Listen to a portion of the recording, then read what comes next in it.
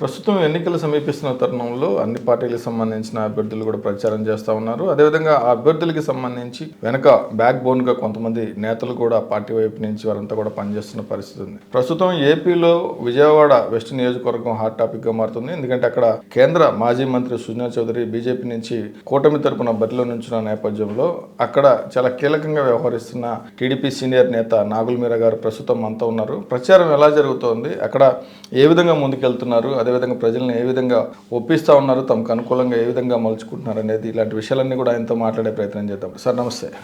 Sir ఎలా జరుగుతుంది విజయవాడ వెస్ట్లో ప్రచారం? ఎందుకంటే సుజనా చౌదరి గారు లాంటి ఒక పెద్ద నేత ఇక్కడికి వచ్చి బరిలో ఉండటం వల్ల ఒక పెద్ద ఎత్తున ఒక ప్రచారం అయితే జరుగుతుంది. విజయవాడ వెస్ట్లో ఏం జరుగుతుంది అనేది అన్ని రకాలుగా కూడా ఒక చర్చించుకుంటున్న పరిస్థితి అయితే కనిపిస్తూ ఉన్నాయి.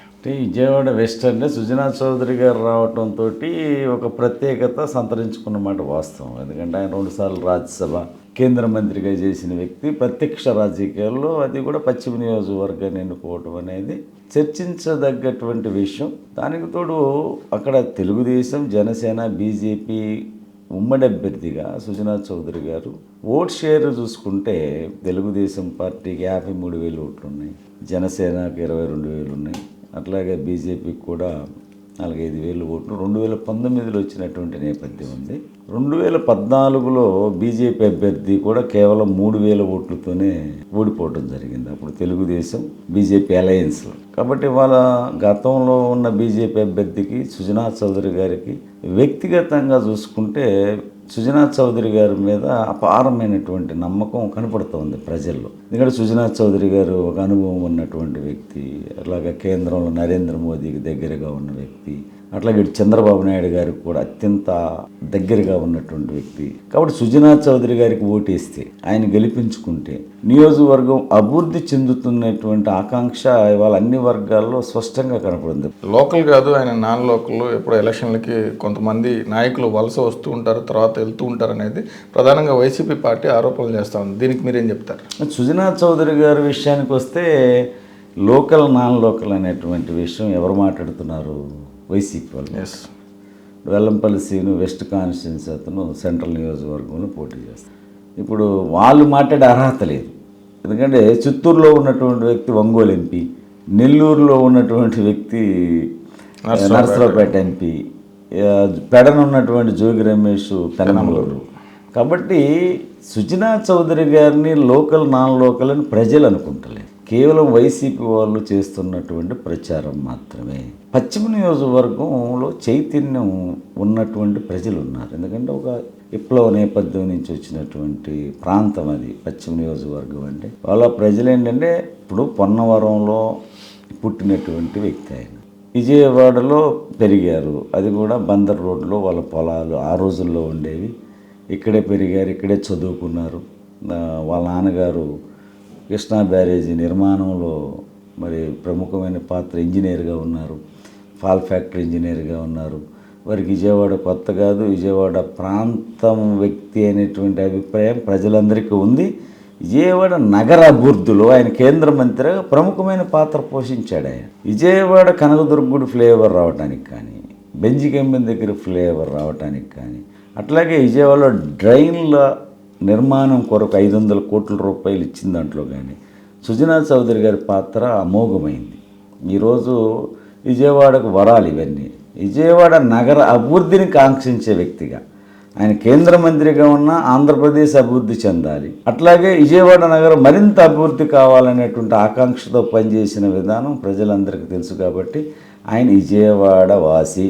ఆయన ప్రత్యక్ష రాజకీయాలలో ప్రజలకు సేవ చేయాలనేటువంటి ఆకాంక్షతో వచ్చినటువంటి వ్యక్తి. కాబట్టి ఆయన ఒకటే చెప్తా ఉన్నారు, ప్రజలకు అప్పీల్ చేస్తూ ఉన్నారు, నేను ప్రత్యక్ష రాజకీయాల్లో ఉన్నాను. ఈ రోజున నాకు 5 ఏళ్ళు 10 ఏళ్ళు ఎమ్మెల్యేగా ఉండటం కాదు, పశ్చిమ నియోజకవర్గ ప్రజల గుండెల్లో శాశ్వతంగా ఉండాలి. అంటే భావి తరాలు కూడా పలాని సుజనా చౌదరి ఎమ్మెల్యే అంటే ఒక సుజనా చౌదరి లాగా ఉండాలి అనేటువంటి ఒక ఆదర్శవంతమైన రాజకీయ జీవితం, ప్రజా జీవితంలో ఉండాలనేటువంటి ఆకాంక్షతో ఆయన ఒక ప్రణాళికను రూపొందించుకున్నారు. పశ్చిమ నియోజకవర్గం పైన 22 డివిజన్లు, కొండ ప్రాంతాలు 10 డివిజన్లు ఉన్నాయి. కొండ ప్రాంతాల్లో సమస్యలు ఏంటి, కింద సమస్యలు ఏంటి? ప్రధానంగా కొండ ప్రాంతాలు ఉన్నటువంటి సమస్యలు ఏంటంటే ఇళ్ల పట్టాలు కావాలి, పట్టాలు ఉన్న వాళ్ళకి రిజిస్ట్రేషన్ కావాలి, మెట్ల నిర్మాణం కావాలి, డ్రైన్లు నిర్మాణం కావాలి, వాటర్ కలుషితమైనటువంటి వాటర్ వచ్చి చాలా ఇబ్బంది పడుతున్నారు కొండ ప్రాంతాల్లో. ఇప్పుడు పురాతనంగా పైపులు వెళ్ళేశారు గ్రౌండ్లో, అవి డ్రైన్లో కూడా వెళ్ళేటువంటి నేపథ్యంలో అవి పగిలిపోయి ఈ డ్రైన్ వాటరు అందులో మిక్స్ అయ్యి దాదాపుగా పశ్చిమ నియోజకవర్గంలో చాలా ప్రాంతాల ప్రజలకు ఏంటంటే కలుషితమైన నీరు రావటం వల్ల అనారోగ్యానికి గురవుతున్నటువంటి విషయం ఆయన గమనించి ఆ పైప్ లైన్లు మార్చాలి, 22 డివిజన్లకి 22 మినరల్ వాటర్ ప్లాంట్ల నిర్మాణం చేయాలి, ప్రజలకు ఉచితంగా మినరల్ వాటర్ ఇవ్వాలి. అదే రకంగా 22 ఎమ్మెల్యే కేంద్రాలు అంటే ఎమ్మెల్యే ఆఫీసులు 22 డివిజన్లో పెట్టి ప్రజలు ఏ సమస్య మీద వచ్చినా ఒక కాగితం ఇస్తే మళ్ళీ తిరిగి ఆ సమస్య పరిష్కరించి ఎమ్మెల్యే గారి ఆఫీసు నుంచి ఆ ఇంటికి వెళ్ళి ఎమ్మెల్యే గారి వల్ల మీకు ఈ సమస్య పరిష్కారమైంది చెప్పించాలనేటువంటి లక్ష్యం ఉంది. ఆయన అద్భుతమైన ప్రణాళికలో ఉన్నారు. ఏంటంటే నేను ఎన్నుకుంటాం కూడా ఒక పేద మధ్యతరగతి వర్గాలు ఉన్న నియోజకవర్గాన్ని ఎన్నుకున్నాను. ఇక్కడ ముస్లిం మైనార్టీలకి బీజేపీకి మధ్య ఒక గ్యాప్ అనేది ఉంటుంది. ప్రధానంగా ఉన్న సామాజిక వర్గం, ఎక్కువ ఓటర్లు ఉన్న అత్యధిక సంఖ్యలో ఉన్న ఓటర్లు, వారిని ఆకట్టుకోవడానికి ఏం చేయబోతా ఉన్నారు, ఎటువంటి ప్రణాళికతో ముందుకెళ్తా ఉన్నారు? ఎందుకంటే ఈ మధ్యకాలంలో ఆయన ముస్లిం సంఘాల వాళ్ళని అందరినీ కూడా కలుపుకొని పోతున్న పరిస్థితి ఉంది. అక్కడే ముస్లింల సమస్యలు పరిష్కరిస్తానని కూడా పదే పదే చెప్తున్నారు. కానీ అక్కడ వైసీపీ నుంచి ఆసిఫ్ అభ్యర్థిగా ఉన్నారు, మైనార్టీ వర్గానికి చెందిన వ్యక్తి. అటువంటిప్పుడు ఆయన ఎదుర్కొనే అంత బలం అనేది సుజనా చౌదరి గారికి ఉందా? స్థానిక పరిస్థితులు అనుకూలిస్తున్నాయా? అక్కడ ఏంటంటే సామాజికంగా 2,54,000 ఓట్లు. బీసీల్లో 143 కులాలు ఉంటే ప్రతి కులం పశ్చిమ నియోజకవర్గంలో. కాబట్టి అన్ని సామాజిక వర్గాలు ఉన్నటువంటి ప్రాంతం అది. అక్కడ నేపథ్యం కూడా ఇప్పుడు రాజులు ఉన్నారు, అక్కడ రాజులు లేరు. వాస్తవంగా 2 సార్లు రామచంద్రరాజు గారు గెలిచారు, సుబ్బరాజు గారు గెలిచారు. అక్కడ ఏంటంటే వ్యక్తిని కూడా చూస్తారు. అంటే సుజనా చౌదరి గారు, ఆసిఫ్, వీళ్ళిద్దరి మధ్యలో ఎవరైతే మనకు బాగా పనిచేయగలరు అనేది వ్యక్తి కూడా ముఖ్యమే. ఇక్కడ సుజనా చౌదరి గారు, ఆసిఫ్ చూసుకుంటే సుజనా చౌదరి గారు ఎక్కువ మన నియోజకవర్గాన్ని అభివృద్ధి చేయగలరు అనేటువంటి చర్చ ముస్లిం సమాజంలో జరుగుతుంది, క్రైస్తవ సమాజంలో జరుగుతుంది, హిందూ సమాజంలో జరుగుతుంది. ఇక్కడ ఈసారి ఎలక్షన్ ఎలా ఉందంటే అభివృద్ధికి ఓటేయాలనేటువంటి ఆలోచన ఉంది. ఎందుకంటే జగన్మోహన్ రెడ్డి పాలన చూశారు, కరెంటు బిల్లులు పెరిగినాయి, నిత్యావసర వస్తువులు పెరిగినాయి. అంటే 5 ఏళ్లలో అక్కడ ప్రాతినిధ్యం వహించిన వెల్లంపల్లి శ్రీనివాస్ ఆయన మంత్రిగా ఉన్నారు. ఆయన మంత్రిగా ఉన్న హయాంలో ఎటువంటి అభివృద్ధి జరగలేదా అక్కడ విజయవాడ వెస్ట్లో? ఇప్పుడు వెల్లంపల్లి శ్రీనివాస్ నిజంగా అభివృద్ధి చేస్తుంటే, వెల్లంపల్లి శ్రీను ఆమోదం ఉండుంటే అతను సెంట్రల్ ఎందుకు పంపించాల్సి వస్తుంది? అంటే అక్కడ ఈక్వేషన్లో ఆయన్ను సెంట్రల్కి పంపించారు, ఆసిఫ్ను వెస్ట్కి పెట్టారు. కాబట్టి ఇక్కడ ఏంటంటే 3 పార్టీల కలయిక.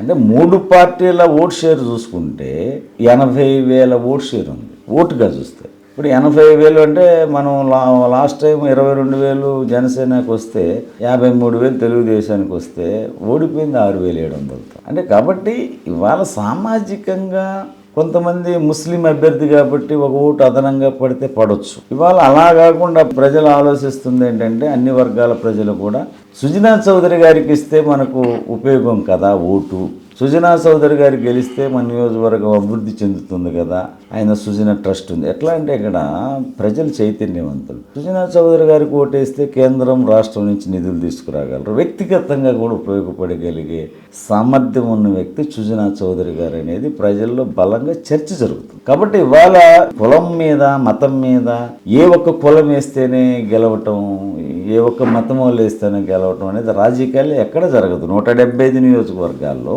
ఒక కులానికి సీట్ ఇస్తారు, ఆ కులం వేస్తేనే ఎమ్మెల్యేలు ఎవరు కదా, ఏ కులమైనా అందరూ ఓట్లు వేస్తేనే అక్కడ శాసనసభ్యుడు అయ్యేటువంటి అవకాశం. ఇంకో ముఖ్యమైన ప్రశ్న సార్, మీలాంటి సీనియర్ నేతలు కూడా అక్కడ నుంచి టికెట్ ఆశించారు, కానీ అంటే ప్రతిసారి నాగుల మీరా గారికి అన్యాయం జరుగుతుందనేది మీ అనుచరుల అభిమానుల్లో ఒక రకమైన ఆందోళన అనేది వ్యక్తమవుతూనే ఉంది. ఇలాంటి పరిస్థితుల్లో మీకు హైకమాండ్ నుంచి ఎలాంటి ఒక భరోసా లభించింది? అదేవిధంగా ఈయనతో ప్రతిరోజు ప్రచారంలో కూడా కనిపిస్తూ ఉన్నారు, పార్టీ గెలుపు కోసం పనిచేస్తున్నారు, అంటే కూటమిగా ఉన్నారు కాబట్టి. అంటే మీకు ఎలాంటి అధిష్టానం నుంచి ఎలాంటి భరోసా వచ్చింది? మీకేమీ టికెట్ రాలేదని అసంతృప్తి ఏం లేదా? గతంలో 4 సార్ల నుంచి నాకు సీటు దగ్గరగా వచ్చి పోతుంది. 14లో అయితే ఇక నేను నామినేషన్ 2 రోజులు అనగానే పోయింది. ఆ రోజున సరే పార్టీ నిర్ణయం, అధిష్టాన నిర్ణయం, మనం పార్టీలో ఉన్నప్పుడు పార్టీ నిర్ణయాన్ని ఎప్పుడు గౌరవించాలి. ఈరోజు ఏంటంటే ఎప్పుడు లేని విధంగా మరి సుజనాథ్ చౌదరి గారి కోసం మేము తీవ్రంగా కష్టపడుతున్నాం. కారణం ఏంటంటే ప్రజలకు ఒక సంకేతం ఇవ్వాలి. ఇప్పుడు సుజనాథ్ చౌదరి గారి ఎంట అడుగు వేసి మేము తిరుగుతున్నాం, ఎండల్లో ఆయనతో పాటు కొండలు ఎక్కుతున్నాం. నాకు ఈ 27 ఏళ్ళ నేను చేసిన సేవ ఉంది పశ్చిమ నియోజకవర్గం. కళ్యాణ మండపాలు కట్టించాను, చాలామందికి చాలా రకాలుగా ప్రభుత్వం ద్వారాగా వాళ్ళకు ఉపయోగపడ్డటువంటిది కూడా ఇవాళ ఎట్టి పరిస్థితుల్లో సుజనాథ్ చౌదరి గారిని గెలిపించుకెళ్ళి చంద్రబాబు నాయుడు గారి దగ్గర నాకు ఇది కావాలని అడగాలని ఉంది. అలాగే లోకేష్ గారు కానీ చంద్రబాబు నాయుడు గారు కానీ నాకు ఇవ్వాల్సినటువంటి హామీ నాకు ఇవ్వటం జరిగింది. అది మనం పత్రికాముఖంగా చెప్పటం అది సరైంది కాదు. ఎందుకంటే అధిష్టానం నాకు స్పష్టమైన హామీ ఇచ్చారు. నేను ఏదైతే కోరుకున్నానో ఆ హామీ నాకు ఇచ్చారు. కానీ నాకు ఒక టాస్క్ ఉంది ఇక్కడ. నేను రైట్గా ఉండాలి, అడగాలి అంటే నేను పశ్చిమ నియోజకవర్గంలో సుజనాథ్ చౌదరి గారిని, అలాగే కేసినేని చిన్ని ఎంపీ ఉన్నాడు. గతంలో 14-19లో ఎంపీకి మెజారిటీ వచ్చింది ఆ నియోజకవర్గంలో. చాలా వేరియేషన్ ఉంది. అట్లాగా మా లక్ష్యం ఏంటంటే పశ్చిమ నియోజకవర్గంలో 14-19 కంటే ఎక్కువ ఎంపీ అభ్యర్థికి చిన్నికి రావాలని, సుజనాథ్ చౌదరి గారిని గెలిపించాలి. ఇక మా లక్ష్యం ఏంటంటే చంద్రబాబు నాయుడు గారు ముఖ్యమంత్రి కావాలి. చంద్రబాబు గారు ముఖ్యమంత్రి కావాలంటే సుజనాథ్ చౌదరి గారికి గెలవాలి. అంటే ప్రతి ఎమ్మెల్యే సీటు చాలా విలువైంది కాబట్టి ఖచ్చితంగా చెప్తున్నాను, 3 నియోజకవర్గాల్లో కూడా 3 అభ్యర్థులు గెలుస్తారు, ఏమాత్రం సందేహం లేదు. Urban voters. సుజనాథ్ చౌదరి గారు ఒక వినూత్నమైనది ఇందాక మీరు చెప్పినట్టుగానే చెప్పారు. 100 రోజుల్లో నాకు సమస్య చెప్పండి, 100 రోజుల్లో పరిష్కారం చూపిస్తానని చెప్పి ఆయన ప్రజల ముందుకు వెళ్తా ఉన్నారు. దానికి ఎలాంటి స్పందన కనిపిస్తుంది? అదేవిధంగా విజయవాడ వెస్ట్కి సంబంధించి మీ దగ్గర ఏమైనా అంటే కూటమి తరపున ఒక ప్రత్యేకమైన మేనిఫెస్టో ఏమన్నా రూపొందించుకున్నారా మీరు? సుజనాథ్ చౌదరి గారు మేనిఫెస్టోని తయారు చేశారు, వారు రిలీజ్ చేస్తారు. వారి ఆలోచన మాత్రమే చెప్పగలను నేను, ఎందుకంటే వారి పక్కన నేను ఉంటున్నాను కాబట్టి. కారులో ఉన్నా, ప్రచారంలో ఉన్నా ఆయన మాట్లాడే విధానం ఎలా ఉందంటే, స్వతంత్రం వచ్చి 70 ఏళ్ళైనా ఈ కొండ ప్రాంతాల్లో ఏంటి దుర్భరమైనటువంటి జీవితాలు, ఇంకా ప్రజలు ఉన్నారా? అసలు ఆయన ఆలోచన ఎలా ఉందంటే, అసలు కొండల మీదకి మెట్లు ఎక్కలేకపోతున్నారు ప్రజలు, అసలు లిఫ్ట్ సిస్టమ్ పెడితే ఎట్లా ఉంటుంది. అట్లాగే కొండ ప్రాంతాల్లో ఏదన్నా ఒక గర్భిణీ స్త్రీ కాన్పోవాలంటే కనీసం ఒక ఆటో వెళ్ళే పరిస్థితి లేదు, ఒక అంబులెన్స్ వెళ్ళే పరిస్థితి లేదు. ఇలాంటి పరిస్థితుల్లో ఆయన చాలా పెద్ద ప్రణాళిక వేసుకున్నారు. పశ్చిమ నియోజకవర్గంలో కొండ మధ్యలో ఒక అంబులెన్స్ ఎక్కడంటే కనకదుర్గ గుడి దగ్గర ఎక్కితే ఫాల్ ఫ్యాక్టరీ దగ్గర దిగాలి, ఆ మధ్యలో ఒక అడ్డర్ ఉంటుంది. అంబులెన్స్ వెళ్ళేంత మార్గాన్ని వేయగలిగితే మాత్రం ప్రజలకు చాలా ఉపయోగం ఉంటుంది. అట్లాగే డ్రైనేజ్ సిస్టమ్ ఓపెన్ డ్రైన్ అయిపోయింది, అండర్ గ్రౌండ్ డ్రైనేజ్ ఇచ్చారు కానీ లేదు. తర్వాత అన్నిటికంటే ప్రజలు అడుగుతుందంటే ఇల్లు అడుగుతున్నారు. ఇల్లు అంటే టిట్కో ఇల్లు కేంద్ర ప్రభుత్వం ఇచ్చింది. వాస్తవంగా ఏంటంటే urban housing scheme మొదలుపెట్టిందే Bharatiya Janata party. ఆనాడు వాజ్పేయి గారు ఉన్నప్పుడు బాంబే కాలనీస్ అని ఇచ్చారు, ఇప్పుడు నరేంద్ర మోదీ గారు టిట్కో ఇల్లు అని ఇచ్చారు. ఇవి కట్టిన ఇల్లు కూడా జగన్ రెడ్డి వల్ల, కట్టి పూర్తి చేసిన ఇల్లు కూడా జగన్మోహన్ రెడ్డి పేదవాళ్ళకి ఇవ్వడానికి మనసు అంగీకరించాలి అతనికి. ఈరోజు అదృష్టం ఏంటంటే సుజనాథ్ చౌదరి గారు వచ్చారు, కేంద్రంలో పలుకుబడి కలిగినటువంటి వ్యక్తి. కేంద్ర మంత్రుల దగ్గరికి వెళ్ళి ఇప్పుడు ఉన్నదానికి 10 రెట్లు తీసుకొచ్చి ఇల్లు, టిట్కో ఇల్లు ఆ నియోజకవర్గ ప్రజలకు అందించగలిగే సామర్థ్యం ఉన్నటువంటి వ్యక్తి. అక్కడ కావాల్సింది ఏంటంటే విద్య, వైద్యం, ఉండటానికి విల్లు. ఈ 3 మీద ఆయన ప్రణాళిక రచిస్తూ ఉన్నాడు. అంటే ఒక మంచి జనరల్ హాస్పిటల్ కట్టాలి, అక్కడ మంచి స్టేడియం కట్టాలి. అది హజ్ హౌస్కి చంద్రబాబు నాయుడు గారు శంకుస్థాపన చేశారు, అది శరవేగంతో పూర్తి చేయాలి. ఆయన ముందున్న లక్ష్యాలు చాలా ఉన్నాయి. ఇవన్నీ నేను నాకు ఇచ్చిన 5 ఏళ్లలోనే, నేనేదో ఇంకొకసారి కాదు, నాకు ఇచ్చిన 5 ఏళ్లలోనే ఇవాళ స్టేడియం కానీ, హజ్ హౌస్ కానీ, జనరల్ హాస్పిటల్ కానీ, ప్రసూతి హాస్పిటల్ కానీ, వైద్యాన్ని, పేదవాడికి భారమైన వైద్యాన్ని నిమ్స్ హాస్పిటల్కి పశ్చిమ నియోజకవర్గం నుంచి ట్రాన్స్పోర్ట్. అంటే ఆయన ఎలా ఉందంటే ఆలోచన, 22 డివిజన్లో ప్రైమరీ క్లినిక్స్ పెట్టి అక్కడ వాళ్ళ యొక్క ఆరోగ్య పరిస్థితిని బట్టి వీళ్ళు నిమ్స్కి వెళ్ళాలంటే మన ట్రాన్స్పోర్టేషన్ తోటే మన వాళ్ళే నిమ్స్కి తీసుకెళ్ళి వాళ్ళకు ఆరోగ్యం బాగు చేయించి మళ్ళీ తీసుకొచ్చి ఇంటి దగ్గర ఎలా దింపాలి, అట్లాగే జనరల్ హాస్పిటల్లో ఏ స్థాయిలో కట్టాలి, స్టేడియం ఎలా కట్టాలి, హజ్ హౌస్ ఎంత ముందుగా నిర్మాణం చేయాలి, అన్ని వర్గాలకు ఆరోగ్యకరమైనటువంటి ఒక ప్రణాళికని సుజనాథ్ చౌదరి గారు సిద్ధం చేశారు. Thank you sir. మొత్తంగా మీ అభిప్రాయాన్ని, మీ అంతరంగాన్ని ఆవిష్కరించారు. ఇది మొత్తంగా టీడీపీ సీనియర్ నేత నాగుల్ మీరా గారు ఇప్పటివరకు చెప్పిన విషయాలన్నీ చూస్తే సుజనా చౌదరి గారు ఇక్కడికి వచ్చి పోటీ చేయడం విజయవాడ వెస్ట్కి అనేది చాలా అందరికీ కూడా హర్షించదగిన పరిణామం అని చెప్పి, అదేవిధంగా అంత పెద్ద స్థాయి ఉన్న నేత ఇక్కడికి వచ్చి కనుక గెలిస్తే అటు కేంద్రం నుంచి అదేవిధంగా ఇక్కడ రాష్ట్ర ప్రభుత్వం నుంచి కూటమిలో ఉన్నారు కాబట్టి రెండు పార్టీలను ఇటు కేంద్రాన్ని రాష్ట్ర ప్రభుత్వాన్ని సమన్వయం చేసుకొని మరింత అభివృద్ధి చేస్తారు ఈ నియోజకవర్గాన్ని అని చెప్పి ఆయన ఆశాభావం వ్యక్తం చేస్తున్నారు. ఈసారి ఖచ్చితంగా గెలిచేది అక్కడ బీజేపీ అనేది ఆయన చాలా కుండబద్దలు కొడుతున్న పరిస్థితి అయితే ఇక్కడ కనిపిస్తూ ఉంది.